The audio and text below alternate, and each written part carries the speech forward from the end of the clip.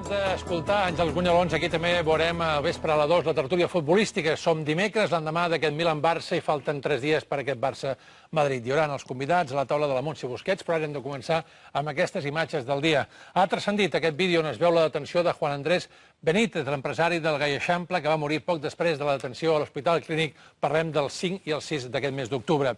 El jutge ha manat avui identificar els policies que intervenen. Recuperem aquestes imatges. I també diverses patades. Fins a mitja dotzena d'agents envolten l'edifici. El vídeo, gravat per veïns aquella nit, ja està en mans de la jutgessa, qui ha demanat identificar els agents. Segons els veïns, hi ha més imatges. El conseller d'Interior ha anunciat una investigació reservada i ha fet una petició. No se emitan juicios y menos aún sentencias a partir de pronunciamientos, de vídeos, de declaraciones, de titulares. L'autòpsia ha desvetllat que Benítez va morir pels múltiples cops i que potser va incidir la malaltia cardíaca que patia. La primera versió dels Mossos és que el van reduir perquè estava violent després d'una baralla i que llavors es va desmaiar. Bueno, doncs per parlar d'aquest tema avui tenim a la taula a dos membres dels sindicats de la policia autonòmica. Tenim l'Antoni Castejón i el David Miquel. Gràcies, Antoni. Gràcies, David, també per estar amb nosaltres en directe. Per donar la cara amb aquestes notícies tan peludes, no? Perquè, clar, molta gent es pot pensar 8 policies per placar, en aquest cas, a Juan Andrés? Sí, en aquest sentit, jo el que diria és que avui, sobretot, el cos de Mossos, el que són els policies, estan indignats.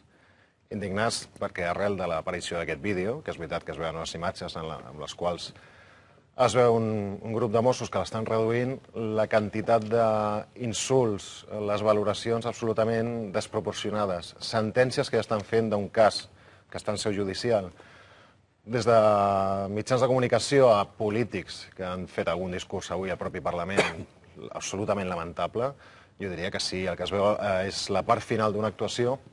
Com bé dius, es veu 4, 5, 6, fins i tot en un moment havia 8 policies per allà. Estem parlant d'una persona, només surt la part final del vídeo, es tenia que veure tot, com va començar, i era una persona que estava fora de si pel que fos, estava molt violenta, una persona gran, corpulenta, i era molt complicat aturar-la. El que es veu concretament a les imatges és com entre 4 no poden mantindre'l retingut per poder-lo manillar i fins i tot protegir-lo de que no s'autolesioni amb els moviments que fa. Llavors, és un dia molt complicat avui. Antoni, la vostra opinió? David. Ai, David, perdona. Bé, des del Sindicat de Policies de Catalunya, nosaltres des del primer moment hem estat al costat dels companys que van dur a terme l'actuació. Nosaltres continuem donant el suport. Nosaltres, des del Sindicat de Policies de Catalunya, el que estem dient a tots els mitjans de comunicació és que això està judicialitzat. Ja veurem finalment si els companys acaben imputats o no acaben imputats. De moment no ho estan. En el moment en què... Has dit de moment no ho estan. Estem parlant del dia 6, que és el dia que es va morir al Clínic. De moment... Estem a 20... Sí, a dia d'avui encara no han estat imputats. Segurament és cosa de poques hores o de pocs dies que això, perquè en el moment en què la jutge demana la identificació d'aquests companys, segurament acabaran imputats. En el moment en què acabin imputats, estem convençuts de que es podrà, en seu judicial, per part de les defenses dels companys, demostrar que no hi ha hagut abús o que no hi ha hagut accés a aquesta actuació policial. Ens acompanya aquí a la taula també el nostre col·laborador, el Xavi Collado. Xavi, bona tarda. Molt bona tarda. Hauria de pensar, no em presenta, sí. Presenta, aquí tenim el David que ha parlat ja, l'Antoni també. Alguna pregunta d'aquest tema? Jo crec que seria important saber, en aquest cas, primer, segons l'autòpsia, va morir per una fallada cardíaca per cops al cap, no? Clar, primer, com actua la policia a l'hora de reduir una persona i la pel·lícula d'abans, què és el que va passar i quina baralla va haver amb aquesta persona que va morir abans que la policia arribés. Tenim dades d'això? Sí, els fets que tenim coneixement, fins i tot per les declaracions dels propis veïns que van donar el dia següent, és que la víctima, en aquest cas el senyor, va tindre una discussió molt forta amb una dona que havia dins d'un vehicle, va començar fins i tot a agredir aquest vehicle, es va donar cops de cap contra el cotxe. Va baixar el marit d'aquesta senyora, van tindre una baralla molt forta entre ells, es van pegar però de manera contundent. A partir d'aquí a l'estona és quan arriba la policia I en el moment de voler identificar aquesta persona, doncs sembla ser que la seva reacció va ser absolutament violenta, va agafar una companya pels cabells, la va tirar pel terra, van haver mossegades, va haver de tot. A partir d'aquí, evidentment, intenta reduir-lo com pots, però torno a dir, és una persona corpulenta, forta, fora de si, per el que m'expliquen els propis companys, llavors ho has de fer com pots, en aquest sentit. Van haver-hi declaracions del David Miquel que van generar moltíssima polèmica per una mossegada amb un agent. Nosaltres el que vam dir és que havíem estat agredits, en concret els companys que van fer l'actuació, jo no, van ser agredits i que estaven en tractament de retrovirals. Això va generar un rebombori que nosaltres considerem que s'han tret les coses de lloc, perquè nosaltres en cap moment hem fet esment ni de cap condició sexual d'aquesta persona ni de cap malaltia que aquesta persona pogués patir. Simplement és un apunt que nosaltres vam donar a conseqüència de dues mossegades i de manera preventiva, doncs els metges van determinar que com hi havia aquesta persona, quan arriba la patrulla actuant, la primera patrulla que arriba ja estava plena de sang, doncs si hi ha sang pel mig i hi ha ferides, de manera preventiva retrovirals. Això ha aixecat moltes ampolles que nosaltres no entenem. Heu parlat amb els companys, David i Antoni? Amb aquests companys que van estar cara a cara? Vull dir, una mica la sensació, perquè evidentment ja portem uns quants dies. Parlàvem del 6, estem al 22. Sí, el mateix dia que els fets es van produir, jo mateix em vaig adreçar a la comissaria de Ciutat Vella, vaig estar parlant amb els companys, fins i tot vam anar cap allà amb el nostre representant jurídic, l'advocat, per si les coses finalment acaben judicialitzades, poder tenir de primera mà una mica d'informació.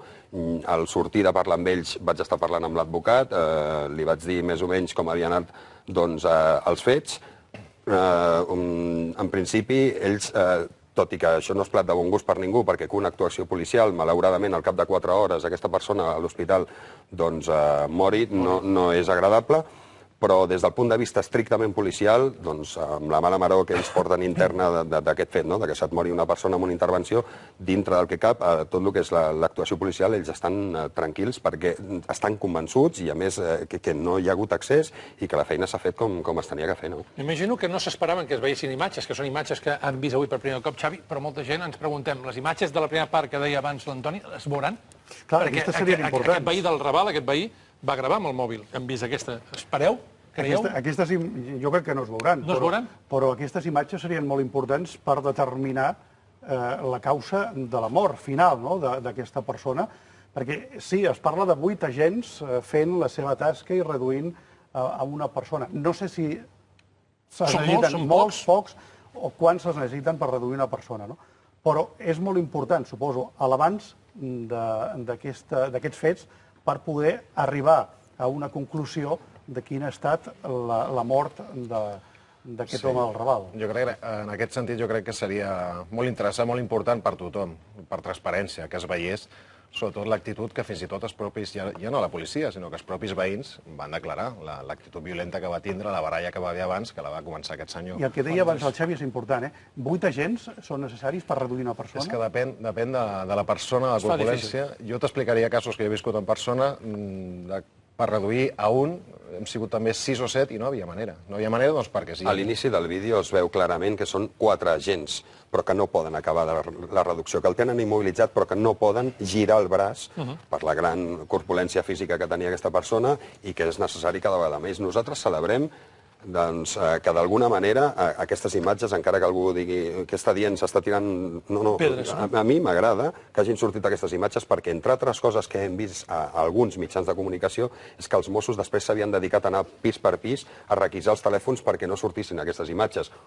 Una cosa més que s'ha dit que no és certa, no? Important que l'Antoni Castejón i que el David Miquel estiguin donant la cara aquí al Vespre 2. Us ho he agraït una vegada, us ho agrairé segona, perquè sé que avui sou els homes més buscats, però, evidentment, l'altra banda, també tenim al fil telefònic l'Eugeni Rodríguez, que la Parca ha denunciat, que des del Front d'Alliberament Gai de Catalunya heu denunciat, Eugeni, davant la síndica de Greuges de Barcelona, els fets. Quan i per què la vau posar? Sí, bueno, la vam posar 2 dies després de conèixer ja fehacientment que havia mort després d'una intervenció policial el Juan Andrés Benítez, membre de l'associació de gais empresaris de l'Eixample. Juan Andrés era una persona coneguda en el gai Eixample, era una persona que sabia 4 idiomes i havia fet història de l'art. Juan Andrés Benítez estava sol després d'una baralla que ningú ha mostrat les imatges. Quan venen els Mossos, jo soc del barri i vaig veure que van arribar a tallar la circulació de les persones, entre d'altres a mi quan vaig baixar a veure què estava passant. Juan Andrés Benítez, l'únic que és que va morir 3 hores després d'ingressar en un hospital clínic. No es va informar a la seva família fins al dimarts. El que no entenem és com sabien el seu estat serològic, com poden dir que van prendre retrovirals, que hauran de prendre retrovirals durant 2 anys, quan la profilaxis post-exposició només dura 3 setmanes. Això és il·legal i el Sindicat de Policies de Catalunya sap que ha fet un delicte. No es pot revelar en cap cas ni insinuar en cap cas l'estat serològic d'una persona. Nosaltres hem comunicat a la Síndica de Greuges perquè l'alarma social és òbvia i en el vídeo que ha sortit avui amb el telediari que ha publicat El País, que porta publicant en primera plana moltíssimes notícies sobre aquest cas, l'única cosa que sabem és que el senyor Benítez estava viu quan van arribar els Mossos i després va morir.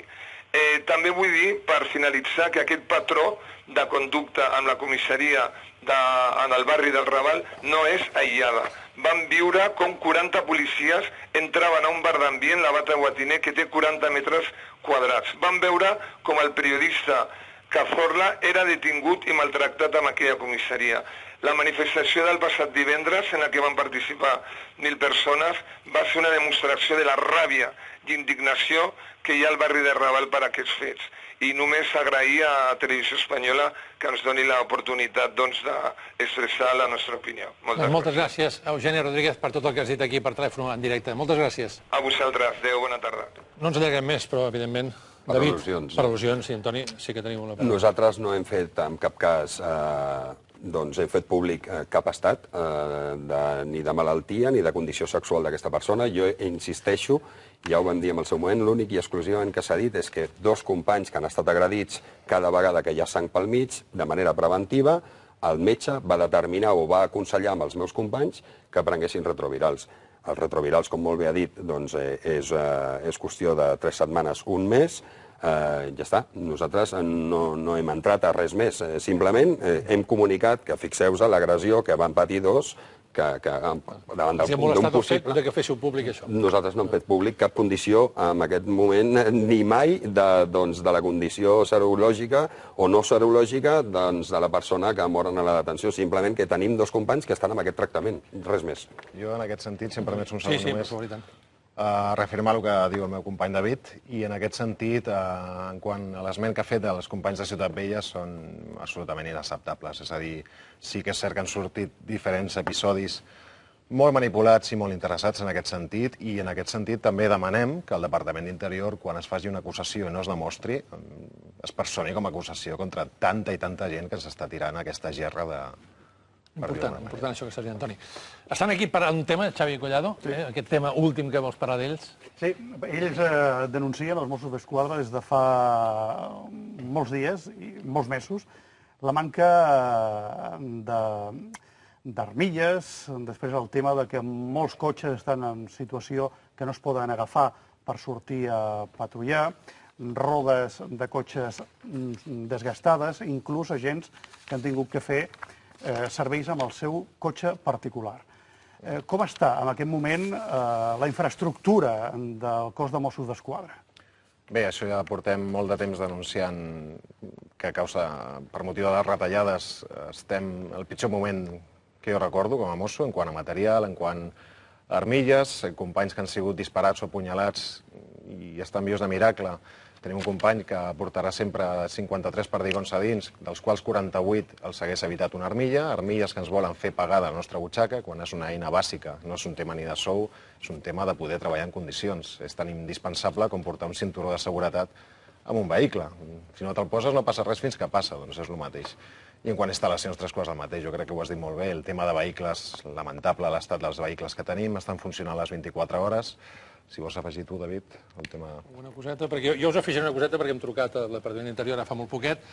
I en fons diuen que aquest setembre s'ha fet una enquesta entre els agents dels Mossos d'Esquadra per saber quants volen aquesta armilla per fer la comanda, i ens han dit que al gener hi haurà aquest canvi ja de vehicles que està denunciant. Esperem i desitgem, perquè ja són massa anys reclamant única i exclusivament els elements necessaris i imprescindibles per poder donar un bon servei al ciutadà, perquè això ens afecta a nosaltres en el dia a dia, però sobretot el servei que rebeu vosaltres quan nosaltres hem d'anar a la vostra ajuda, no?, quan ens sol·liciteu. Doncs, David, moltes gràcies. A vosaltres. Toni, moltíssimes gràcies. A vosaltres. Xavi, gràcies per la vostra aportació. I anem, i canviant de tema, perquè ara parlem de